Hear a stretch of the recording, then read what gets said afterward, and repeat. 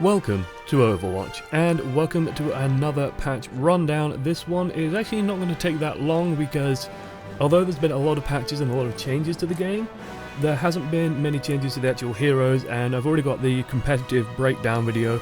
I might mention it briefly in this patch breakdown as well, but there's been one or two significant hero changes going into this patch, and I want to explain those because I kind of have some insight into why these changes were made and what's the plan going forward.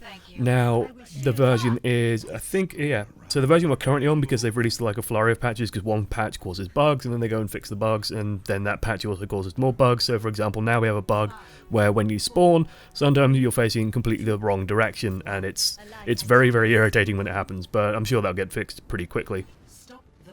Anyway, the patch is version 2.8.484, or just 4.8.4 I guess is what we're going to call it. At least this is the patch that I am currently on. It's been a couple of days since the big patch where they've implemented competitive play, and then they've also implemented the new competitive style. If you want to hear my thoughts on that, go find the competitive play video. It's about 25 minutes long of me talking at lightning speed. I do apologise to the non-English speaking viewers, but if I spoke slower it would be a 40-minute video, and I'm pretty sure no one would watch it except for a poor Blizzard community rep trying to collect feedback.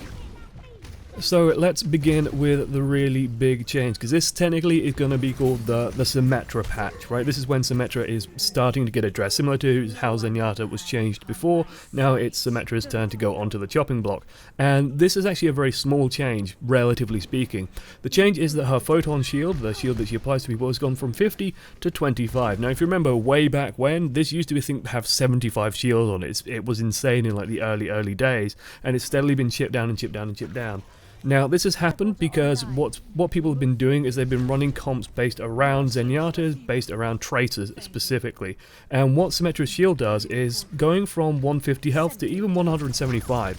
Basically increases the amount of damage that you need to take to be killed significantly. It also reduces the chance of being one-shot by abilities like rockets. Widowmaker can no longer one-shot, and things like, just a couple of headshots. It just vastly changes the time to kill dynamic. As like, if you played a lot of FPS games, you'll be familiar with the term time to kill or shots to kill. How many shots does it take to kill someone? And this basically shifts that around significantly. And when dealing with Tracer, that's actually a very important number, because you've got to remember that Tracer's core strength, her core ability, is the ability to engage and disengage from fights as she chooses. It's very rare that Tracer's going to be locked into a battle where she can't fight, and she can't escape, and can't get away from that fight, and can't sort of relocate as she wants. Basically, she dictates the time of the fight. So, to kill Tracer, you've really got to hit her with some really harsh burst damage, or force her to use all her blinks and her recall, and then kill her. And that's very difficult. And what was happening was Symmetra was just influencing Tracer a bit too much, and making Tracer too strong, also making Zenyatta very, very powerful as well, just by keeping him stronger, as well as just being a very well-rounded hero overall, because Symmetra, when she gets into the enemy team, can deal a huge amount of damage, and the teleporter is of course massively influential on defense and offense as well, if you can get it up and running. But people were running it on both sides, and basically Symmetra's win rate was insanely high. Like, they announced at BlizzCon that through Beta 1, she was the highest winning hero, and it wasn't a big surprise to me. I thought it was going to be Mercy at first, just because I've seen a lot of pro games where Mercy was being a huge influencer, but Symmetra has like a more subtle impact, but it makes a big difference. Now, a lot of people were slightly confused about this change in particular, and that's because it feels too small. Basically, it's not going to shift the core problem where it makes Tracer a bit too powerful and, significantly influences what Tracer, how strong Tracer is, for example. So people thought it was a bit too small, but what this test is it's very similar to me to the Genji change they did not long ago, when they shifted his hit points from 200 to 150. This is what I would call like a probing change. It's a test change. They want to see if the Symmetra shield is the problem. Will she still win a hell of a lot if we do this and change her shield in this way? What's the influence on her win rate? Is she still played on attack and defense? That kind of thing. They want to get the numbers, see some data, also get some feedback on this change.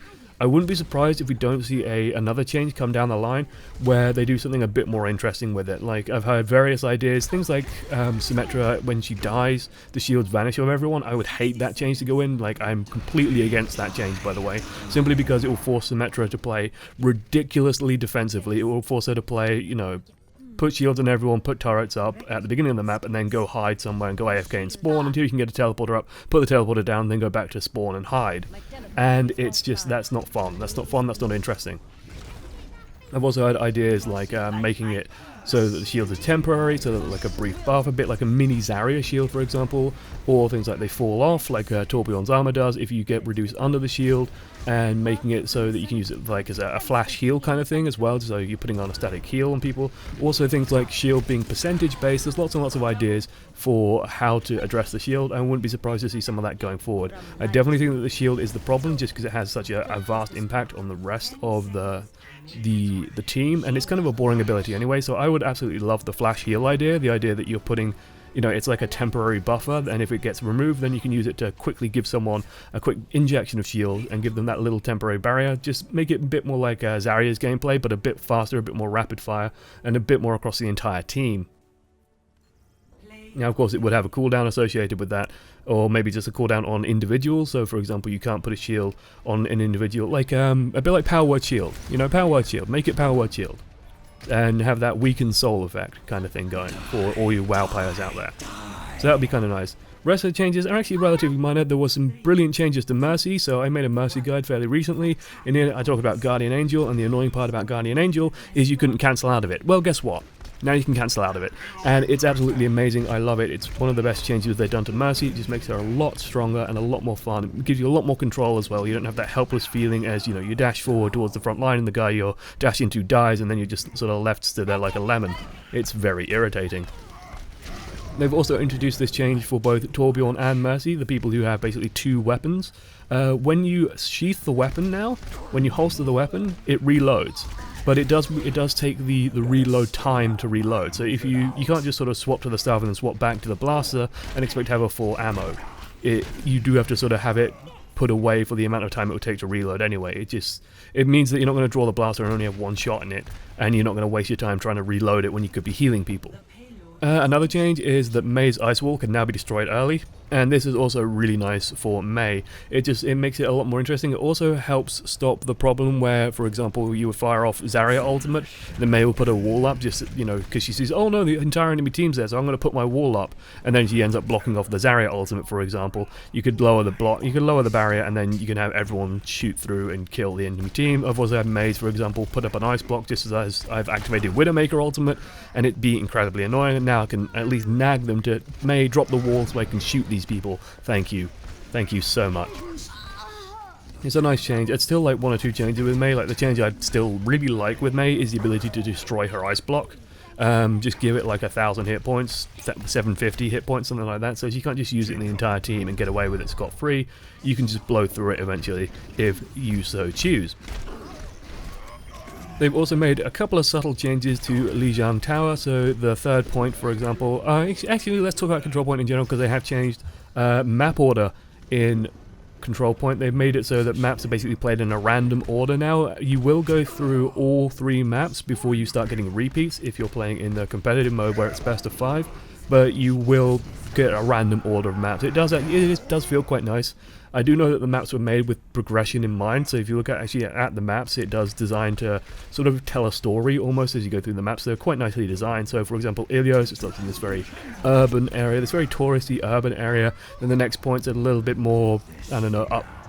And then the next point's still fairly urban, and then the final point's the ruins. Lijiang used to have this sort of streets area, these Chinese style streets, and then you have this nice garden which looks like, you know, something on the tower that's been made to help CEOs and stuff relax, and then you actually have like the museum area itself where you're inside the tower fighting for control there. And finally for Nepal, you know, you're outside the temple, you're in sort of the shanty town, well not so much the shanty town, just the town at the base of the mountain, then you go up and you're more towards the temple, and then you're inside the temple. It's kind of nice that way, but I do get the change, and it's very, very nice to actually have that variety. You do have to be careful though when you're spawning, just to check, okay, what map am I on? And it would be nice to have individual spawn screens for each map. So rather than have the general spawn screen, you can actually see in the background, oh no, this is going to be indoors on Nepal, for example, because my choice of hero could be very different if I'm playing indoors on Nepal and I'm playing the first control point. I want to make different decisions based on what hero is good for that map, for example. Other than that, many new sprays, player icons, and voice lines have been added. The new voice lines especially, mostly are actually taken from the regular voice lines in the game. So they've basically taken lines that you get when you kill people, for example, or certain interaction lines. They've taken those and they put them so you can just spam them to your heart's content. It's kind of nice. It looks like they've also done like a cull of less popular sprays and voice lines, so that's kind of interesting to me. It means that they, first of all, can track what's popular and what's not, what people are using and what they aren't, and then they can sort of decide, well, let's get rid of these and replace them with something better, and that's kind of nice. If that evolves over time, it'd be cool, but that said, when it's released, try not to take too many things out of the game, Blizzard, please. I don't want to have my cool skin or cool spray removed that I really like. Just leave it in there. And finally, we have the last bunch of skins. I'm actually going to look at these, so one moment while I open up the game.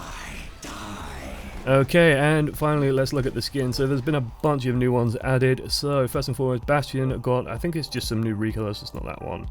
I think he just got, I think it's Gearbot, as it slowly loads. Yeah, it's just this. Very rusty looking Bastion. It's actually quite a nice skin. I wish with Bastion skins they did show you like the second form as well, so you could see both. But it's a nice enough skin. I don't know, I think I kind of prefer Woodbot. That's it, I like default Bastion most of all, actually, I think. Kind of like this one, Omnic Crisis. If I get a Bastion skin, it'll be this one. I'm actually saving very specifically for a skin that we will look at very soon. Diva got some new recolors for the skins that she had added, so she got, I think it's this one, Scavenger, or it could be this one. A lot of people really like these skins. I like her outfit in the default. I'm not too keen on the Junker robot, but I know a lot of people really like this one. So, yeah, if it's for you. I actually really like Beaver. Mostly because she has a beehive haircut, and that's an amazing touch. That, and I really like the cockpit as well. The cockpit does actually worry me a little bit, because I think the head hitbox for Diva is the cockpit, right? And that's here. So I'd like some clear definition on where the head is. Because if you compare it to, let's say here, like this is her head, right? If I'm Widow, I'm sniping at that. I don't want to be sniping at these bits, if that makes sense. So I'd like if this was colored differently, that would be kind of nice. But the actual skin's this one. I really like her outfit in this one though, with the shiny gold. Let's just get a cheeky view. There you go. I know what everyone's here for. Genji got a bunch of new skins, and in the second patch released very recently, he's actually one short, I think. Most heroes have 10 skins. And I think every hero's going to have 10 skins. When the newest one gets a recolor in the game, that's probably going to be it for skins. But we have now the young Genji and the Sparrow skins. Look at him. So innocent looking. This is the face of a Japanese criminal overlord playboy before he gets stabbed by his brother. Right here, actually, I think. Literally right behind where he stood now. Like right over there. That's where he gets cut down and left for dead. Until he gets picked up and then healed up and given a cyborg body. We also have the new skin. This one's really nice. Nice Arabian themed scheme. I do have to question the choice of wearing a garter belt, but that's his decision. But that one's a really cool one. I really like this skin. It's very inventive. It's just very nice looking. I'd be curious to see how the Dragon Blade looks when it gets drawn as well. Junkrat got a whole bunch of new skins. Junkrat's skins are all amazing, so he already had one of these, and he got a recolor for it. I think it's the full skin that he got. Yes, it is. So he just got a blue recolor for that. I really like the ultimate wheel on this one, actually. It's really, really cool looking, with the sun and the moon. And then he also got these skins, which are pretty amazing. I love the way the eyes twitch about, and it's really creepy looking. And again, I really do like the detail on the rip tire as well. Changing that looks really nice. And then a green and blue variant. Lovely. Lucio, of course, with even more new skins. So these are the space frogs, but now he has the amazing, like I really like these ones actually, the hockey skins. So there's these two. The only thing with the hockey skins is basically because he's not wearing headphones anymore, he has a finishing animation. If I can show it, I can actually show it here. So he has like poses like this one, where he's holding his headphone. Because he doesn't have that, it looks really, really weird with the new skins. So maybe put a headphone on him, I don't know. Would be worth it. McCree got nothing. Why am I looking at McCree? I don't want to look at McCree. We want to look at May. Because May got these new skins, and these are actually really cool. Like, just really, really heavy jackets for super mountain climbing. Like, I really like these ones. Also, I like the Chinese on the backpack as well. and Snowball tucked away nice and safe inside there. Again, head might be a little bit too much, I don't know. It's not too bad, like you do learn the hitboxes anyway, but I always worry about stuff like this just being a bit misleading with where you're aiming, because the head hitboxes in Overwatch are already kind of difficult anyway. So yeah. Pharah, again, needs another recolor on the new skin, but my god is it an amazing new skin. It's absolutely stunningly beautiful. Like, the artwork on this is superb, and I really like the derpy bird face, or whatever this is. Looks like a Tauren, or a Tornka, I guess. Which would fit, it would fit. Like, I love the birds and the shoulders and stuff like that, and I love the colours as well. It's just a really, really, really nice skin. That said, I do like the Mecha Queen and Raptorian. In-game, it looks amazing. Like, just here, it doesn't look too good, but when you have the helmet on and everything, they look absolutely superb, and her gun looks really cool as well. And it has an ammo counter on it, which is actually a nice feature. And honestly, like, people say, I've seen people do this repeatedly, and this actually gets on my nerves. I have a mini rant in the middle of this episode where they kind of try and predict where drama's going to come from, and so I've seen people like go, oh yeah, we're just waiting for people to complain about cultural appropriation, like, oh Blizzard, not every brown chick is a Native American, rah rah rah rah rah rah rah. And honestly, I don't think like anyone except for the most staunch whiner has actually complained about this. I've seen far more complaining about complaining than complaining about the actual problem. And now I'm complaining about complaining, so it's getting horribly recursive. But Jesus Christ, guys, just enjoy the goddamn product. Otherwise, for skins, we do have the green variant, the Plague Doctor variant for Reaper. I kind of prefer Nevermore, I just like the colours more. It's all very nice. Oh, by the way, yeah, these also, they've unlocked these skins, so I should probably show them off, so let's go and look at them quickly. Oh, let's go look at them as we find them, but this is, of course, Blackwatch Rays. It does say that I haven't pre-ordered. I've pre-ordered Collector's Edition, like the 100 quid version with the Soldier 76 statue in it, because I'm a massive fanboy. And yeah, so until I get my code, I don't get access to these lovely skins. It is kind of interesting having Reaper run around without the big cloak and big jacket. And just well on it. I mean, these were visible in the game before, I think. You just couldn't pick them, so... yeah, Overgrown Bastion's a really nice skin. I think if I was going to use any, it would be Overgrown. Just because it's probably the nicest looking skin. Reinhardt got some more recolors with Stoneheart. This one is absolutely superb. Again, like you have Lionheart and Stoneheart. I actually kind of prefer Stoneheart. I like the texture on this. That needs, like, it's English colors, right? Like lions, red, white. Absolutely beautiful. Love it. Roadhog getting some more recolors. Again, like the Maui theme. Really nice. Or is this Hawaii or Maui? It's like with the tattoos, it makes me think Maui, like New Zealand, but it's Islander and Toa, which is Hawaii. So who knows? Could be Polynesian. And then you have the shark bait, which is again another recolor for this. I really like the fact that the pig has an eye patch. That's really cool. Soldier 76, he was bugged for a very brief period and removed from the game and completely destroyed balance. I had no idea how much I would miss Soldier 76 until he was vanished from the game. New skins are the Night Ops and Commando skins, where he loses his visor but is sort of, you know, wearing his military fatigues and military gear. I do like Night Ops. I think that's a really cool looking skin. And then you of course have Strike Commander Morrison. Again, so let me address the problem with sort of the silhouette issue. When you're looking at it here in a static form, it is kind of alarming, like how it changes the silhouette for heroes. But when you're in the game, you've got to remember that each hero has unique animations. So, for example, I heard people saying, like, you know, oh, this could be mistaken for Reaper, for example, because Reaper's the one who wears a big long coat. But when you're in the game, you've got to remember that Reaper stands with his guns sort of held out miles in front of him, and he always runs around with his guns extended. That gives him a vastly different silhouette than Soldier 76. Soldier 76 has a very different way of standing and posing himself, so that does have an influence. It's not too bad when you get in the game. That said, I'd still, for clarity's sake, prefer it to just be, I don't know, a little bit different maybe? Not sure. And then my favourite, and I love that voice line so much. So I actually use the Rose skin. I do have the blue Widow as well, which is a really nice skin, but I actually kind of like this one. It's very subtle. Most of the changes to the gun. But I am actually saving specifically for this skin. Like, both of these are absolutely stunningly beautiful. You do give up the standing rear view, but like look at the corset thing. Like that's so cool. It's gorgeous. What's also cool is that when she ults, like, these draw in, it looks like a pair of goggles. It's pretty damn sweet looking. I really like this skin. And of course we have Noir. It's been popping up in the game a lot. Again, this is a really nice skin. I do like the Noir skin. And playing with the heavy weight of the brainwashing machine attached to her. Also just really nice boots as well. And last but by no means least, probably the second skin I'm going to buy with coins if I don't unlock it already is this Zarya. This is amazing. This looks so cool. Like, it's just... how awesome does she look? How absolutely amazing does she look?